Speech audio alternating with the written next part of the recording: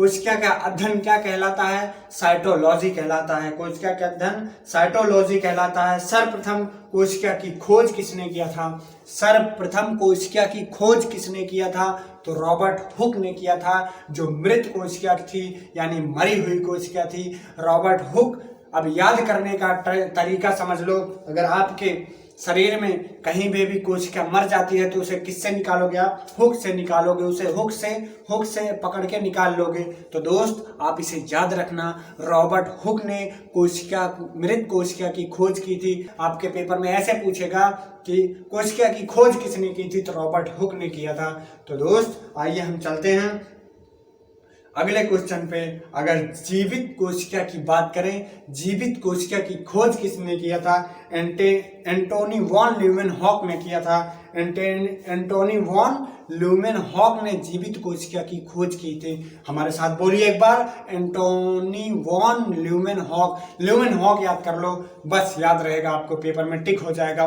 ल्यूमेनहॉक। जीवित कोशिका की खोज किसने की थी? ल्यूमेनहॉक। जीवित कोशिका की खोज किसने की थी? ल्यूमेनहॉक। जीवित कोशिका की खोज किसने की थी?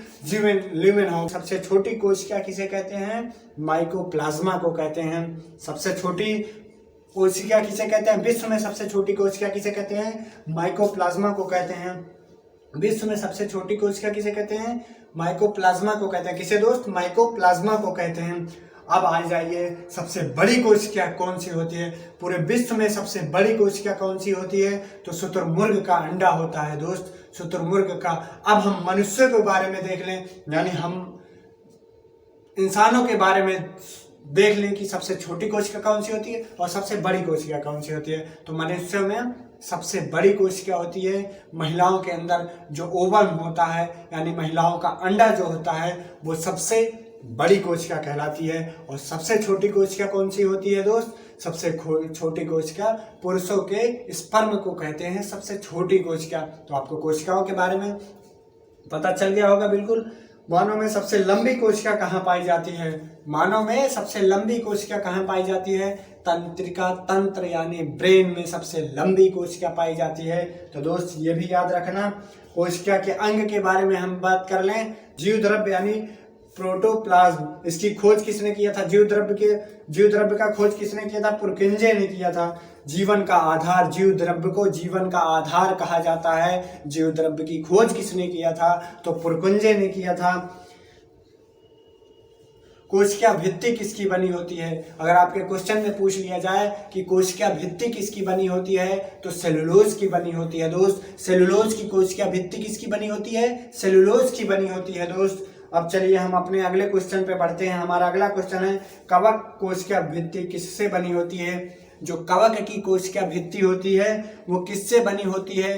कवक की कोशिका भित्ति किससे बनी होती है? कायरीन से बनी होती है। किससे दोस्त? कायरीन से बनी होती है। इसे याद रखना, किससे बनी होती है? कायरीन से बनी होती है। कवक की कोशिका जो भित्ति होती है वो किससे बनी होती है? कायरीन से बनी होती है।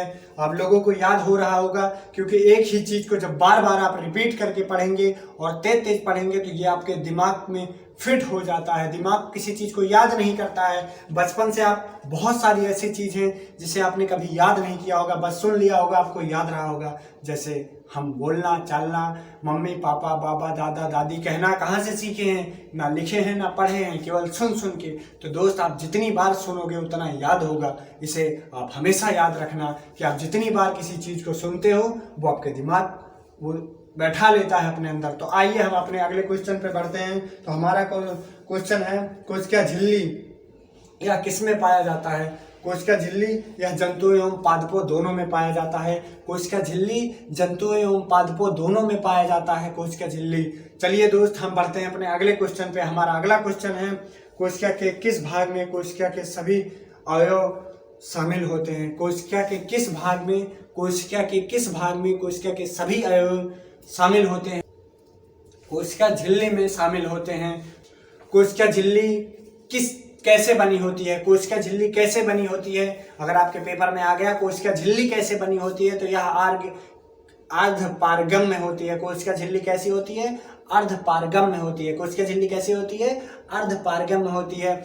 जैसे अगर आप अर्धपारगम्य किसे कहते हैं, जैसे मच्छरदानी देख लीजिए, मच्छरदानी से थोड़ा थोड़ा बाहर आता है, जैसे मच्छरदानी पे पानी डालिए अंदर चला जाएगा, धूप हल्की हल्की चली जाएगी, और उसके बाद अगर खखार के थूकिएगा तो नहीं जाएगा, अगर आप खखार के उसमें थूकिएगा तो नहीं जाएगा, क्योंकि वो अर्धपारगम्य है, उसमें कोई भी अधिक ठोस मात्रा जो रहेगी वो नहीं जाएगा। तो दोस्त कोशिका झिल्ली कैसी होती है, अर्धपारगम्य होती है, इसे याद रखना। आइए हम माइटोकॉन्ड्रिया की खोज किसने किया था, ऑल्टमैन ने किया था। माइटोकॉन्ड्रिया की खोज किसने किया था, ऑल्टमैन ने किया था। कोशिका का पावर हाउस किसे कहा जाता है, कोशिका का पावर हाउस किसे कहा जाता है, माइटोकॉन्ड्रिया को कहा जाता है। अगर पावर हाउस की बात करें, कोशिका की पावर हाउस की बात करें तो माइटोकॉन्ड्रिया को कहा जाता है। इसे किसने खोजा था, ऑल्टमैन ने खोजा था। यदि आप बिजली घर में पावर हाउस लाइनमैन बनाता है तो उसी तरीके से ऑल्टमैन भी क्या बनाते हैं, कोशिका के पावर हाउस की खोज किए थे। तो दोस्त बढ़ते हैं हम अपने अगले क्वेश्चन पे। हमारा अगला क्वेश्चन है, कोशिका के आंतरिक कंकाल को क्या कहते हैं। कोशिका के भी अंदर आंतरिक कंकाल होता है, उसे क्या कहते हैं, प्रद्रव्य जालिका कहते हैं, यानी इंडोप्लाज्मिक रेटिकुलम कहते हैं। क्या कहते हैं, इंडोप्लाज्मिक रेटिकुलम कहते हैं। अगर आप सभी लोग ये नहीं जानते हैं कि कोशिका के अंदर भी कंकाल पाया जाता है, देखो वो बहुत ही हल्के मात्रा में होता है। और क्यों कंकाल पाया जाता है, ताकि हमारी कोशिका पिचक ना जाए, डैमेज ना हो जाए किसी तरीके से, मतलब उसे सुरक्षा प्रदान करने के लिए। जिस तरीके से हमारे शरीर को खड़ा करने के लिए हड्डी लगी है, अगर हड्डी नहीं होती तो हम गोल गोल हो जाते, इतने में पूरी शरीर आ जाती, इतने में ऐसे ना चल पाते, ना हिल पाते, ना डोल पाते, तो हड्डी की वजह से हम लोग खड़े हैं। तो दोस्त उसी तरीके से कोशिका के अंदर जो कंकाल पाया जाता है उसे क्या कहते हैं, प्रद्रव्य जालिका कहते हैं, यानी इंडोप्लाज्मिक रेटिकुलम कहते हैं। आप लोग इसे याद रखना, हो सकता हो आपके पेपर में पूछा जाए।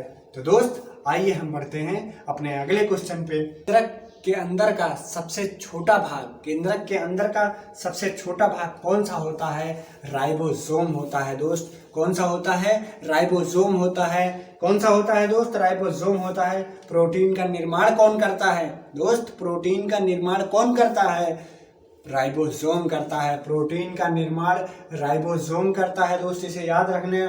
आपके एग्जाम पॉइंट ऑफ व्यू से बहुत ही इंपॉर्टेंट है कि प्रोटीन का निर्माण कौन करता है, राइबोसोम करता है दोस्त।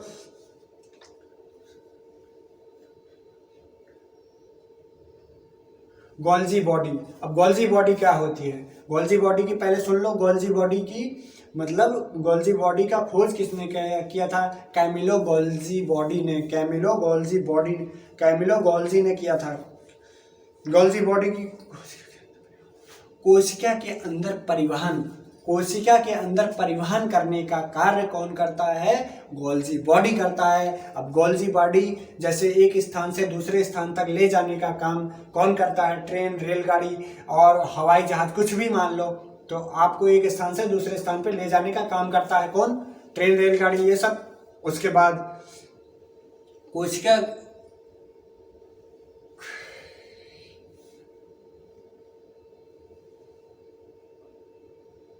और कोशिका के अंदर परिवहन करने का कौन काम करेगा दोस्त, कोशिका के अंदर परिवहन करने का कौन काम करेगा, आप लोग बताइए हमारे साथ। कोशिका के अंदर परिवहन करने का काम भी गोल्जी बॉडी करता है। जिस तरीके से हमको ढोने का काम रेलगाड़ी, ट्रेन, बस और मोटरसाइकिल ये सारी चीज़ करती हैं, उसी तरीके से कोशिका के अंदर जो परिवहन होता है एक स्थान से दूसरे स्थान, दूसरे स्थान से तीसरे स्थान, तीसरे चौथे, तो वो कौन करता है, गोल्जी बॉडी करता है। इसे याद रखना दोस्त।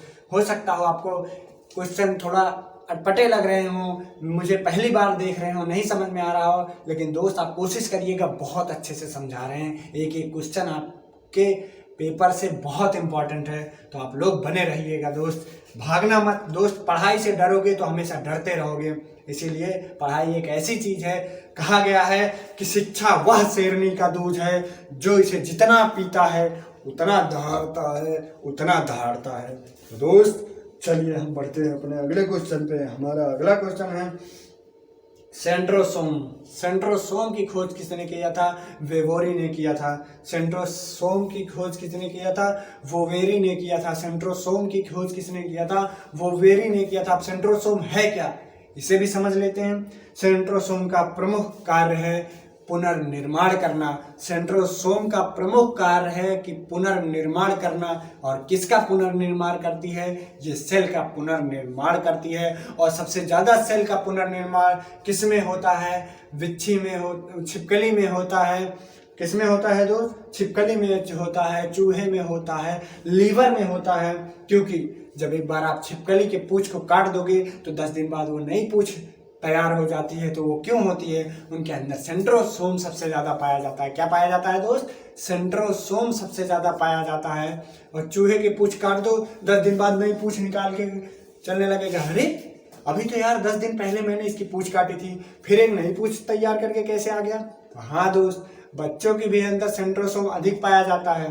किसके अंदर? बच्चों के भी अंदर सेंट्रोसोम अधिक पाया जाता है। इसी वजह से अगर उनकी हड्डी टूट जाती है, उन्हें डैमेज हो जाता है कुछ, तो बहुत जल्दी जुड़ जाता है, बहुत जल्दी वो फिट हो जाते हैं। तो दोस्त, आप लोगों को याद हो गया होगा कि सेंट्रोसोम की खोज किसने किया था? बोवेरी ने। सेंट्रोसोम का काम क्या है? कोशिका का पुनर्निर्माण करना। और सेंट्रोसोम सबसे ज्यादा सेंट्रोसोम किसमें पाया जाता है? छिपकली में, चूहा में, छोटे बच्चों में। तो दोस्त, आप लोगों को ये याद हुआ कि नहीं याद हुआ? आप कमेंट बॉक्स में लिख के बताइएगा आपको मजा आ रहा है कि नहीं आ रहा। क्वेश्चन भी पढ़िए, मजा भी लीजिए, एंजॉय करिए पढ़ाई को। पढ़ाई से डरिए ना दोस्त। आइए हम बढ़ते हैं अपने अगले क्वेश्चन पे। हमारा अगला क्वेश्चन कौन सा है बताइए दोस्त?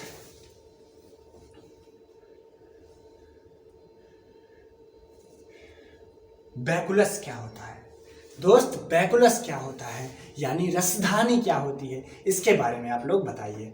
अब आपसे हम कहें क्वेश्चन आंसर कराने के लिए हम आप ही से पूछ रहे हैं, तो ये गलत है। हम आपको बता रहे हैं वैकुलस क्या होता है। जैसे पेड़ पौधे में वैकुलस अधिक मात्रा में पाया जाता है और बच्चों में, मतलब जो हम इंसान हैं, इंसानों में कम, मतलब जीव जंतुओं में कम पाया जाता है। अब ये क्यों होता है? जैसे वैकुलस आप देखे होंगे, पेड़ पौधे को एक बार पानी दे दो तो बहुत दिन तक अपना पानी कहीं ना कहीं से वो अपना वैकुलस में इकट्ठा करके रखे रहते हैं। यानी उनका जो वैकुलस सिस्टम है वो बहुत बड़ा है। और इंसानों का वैकुलस सिस्टम बहुत कम है, उन्हें दिन भर में बहुत बार पानी पीना पड़ता है। हाँ दोस्त, तो वैकुलस क्या होता है? पानी को पूरे पेड़ में पहुंचाने का काम करता है वैकुलस। और इंसानों में पानी को पहुंचाने का काम करता है वैकुलस। तो दोस्त, कोशिका में वैकुलस का काम क्या है? पानी को पहुंचाने का काम है, पानी को एब्जॉर्ब करने का, मतलब पानी से ही रिलेटेड है। तो दोस्त, आपको समझ में आ गया। अब बढ़ते हैं हम अपने अगले क्वेश्चन पे। हमारा अगला क्वेश्चन कौन सा है? लाइसोसोम के बारे में हम लोग समझते हैं। लाइसोसोम क्या है? कोशिका के अंदर पाचन की क्रिया को क्या कहते हैं? लाइसोसोम कहते हैं। कोशिका के अंदर पाचन की क्रिया को क्या कहते हैं? लाइसोसोम कहते हैं। अब लाइसोसोम क्या करता है? कोशिका के अंदर जो भी चीज रहता है उसे पचाने का काम करता है। कोशिका के अंदर जो भी चीज होता है उसे पचाने का काम करता है। आपके पेपर में पूछ लिया जाए कि लाइसोसोम क्या है, तो आप लोग बताएंगे कोशिका का पाचन करने में मदद करता है लाइसोसोम। अब दूसरा क्वेश्चन इसी में बन जाता है, लाइसोसोम सफाई करने का भी काम करता है। हाँ दोस्त, जैसे जो कोशिका मर जाती है उसे लाइसोसोम उसको साफ कर देता है। लाइसोसोम क्या कर देता है? उसे साफ कर देता है। जो भी कोशिकाएं मर जाती हैं उसे लाइसोसोम साफ सुथरा कर देता है। हाँ दोस्त, आइए हम बढ़ते हैं अपने अगले क्वेश्चन पे। हमारा अगला क्वेश्चन आता है न्यूक्लियस यानी केंद्रक के बारे में। न्यूक्लियस की खोज किसने किया था? Robert brown. अब रॉबर्ट ब्राउन आपको याद कैसे रहेंगे? न्यूक्लियस क्या होता है? कोशिका के मध्य भाग को न्यूक्लियस कहते हैं, जो कि एकदम बीचों बीच में पाया जाता है। कोशिका के एकदम बीचों बीच में क्या पाया जाता है? न्यूक्लियस पाया जाता है। और न्यूक्लियस हर एक पेड़ पौधे जो बीज देते हैं, जिस फल में बीज रहता है, बीज कहाँ पाया जाता है? फल के बीच में। यानी न्यूक्लियस कहाँ पाया जाता है? कोशिका के बीच में। और फल का जो बीज होता है 90% बीज आपको ब्राउन में ही मिलेगा। यानी रॉबर्ट ब्राउन ने खोज किया था। हाँ दोस्त, ऐसे पढ़िए ना मजा लेके, मजे में पढ़िएगा तो हमेशा याद रहेगा। और ये उसे रटते रहिए, सब भूल जाएगा। तो दोस्त, मजा ले लेके पढ़िए। आओ हम बढ़ते हैं अपने अगले क्वेश्चन पे। कोशिका को नियंत्रित करने का कार्य कौन करता है? कोशिका को नियंत्रित करने का काम कौन करता है? तो कौन करता है? कौन करता है दोस्त? न्यूक्लियस ही करता है कोशिका को नियंत्रित करने का काम। तो दोस्त, कोशिका में डीएनए कहाँ कहाँ पाया जाता है, ये भी बहुत अच्छा क्वेश्चन है। और कोशिका में डीएनए कहाँ कहाँ पाया जाता है? प्लास्टिड में मेरे साथ बोलिए, प्लास्टिड में, न्यूक्लियस में, माइटोकॉन्ड्रिया में। अब देखो, मुझे भी हमें लगता है याद है, बिल्कुल हमें भी याद है। प्लास्टिड में, न्यूक्लियस में, माइटोकॉन्ड्रिया के अंदर। मेरे साथ बोलिए दोस्त, कोशिका में डीएनए कहाँ कहाँ पाया जाता है? 3 जगह पे पाया जाता है, प्लास्टिड में, न्यूक्लियस में, माइटोकॉन्ड्रिया के अंदर। Plastid, nucleus, mitochondria, plastid, nucleus, mitochondria, plastid, nucleus,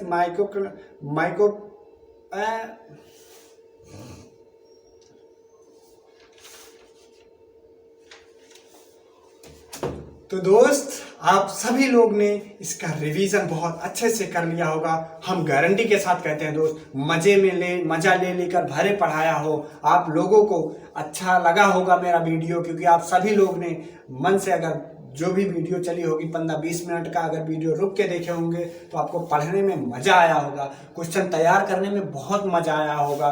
तो दोस्त, आप लोग इसे अपने बुक में जहां पढ़े हों, फेयर कॉपी जहां बनाए हों, उसे एक बार रिवीजन कर लेना। मेरे वीडियो देख के फिर उसके बाद वो पढ़ लेना, फिर उसे पढ़ने के बाद एक बार फिर मेरे वीडियो देख लेना। आप लोग को हम गारंटी के साथ कहते हैं फटाफट याद हो जाएगा। हम ये नहीं कहते दोस्त बहुत सारा चीज पढ़ो, हम ये नहीं कहते दोस्त कि बहुत सारा चीज पढ़ो ताकि आपका दिमाग में कुछ ना याद हो। हम ये कहते हैं दोस्त, थोड़ा पढ़ो लेकिन इसमें बैठ जाना चाहिए। मेरा मेन मकसद यही है। तो दोस्त, आप सभी लोगों से लेते हैं अलविदा और फिर मिलेंगे आपको अगले वीडियो में। जय हिंद, वंदे मातरम।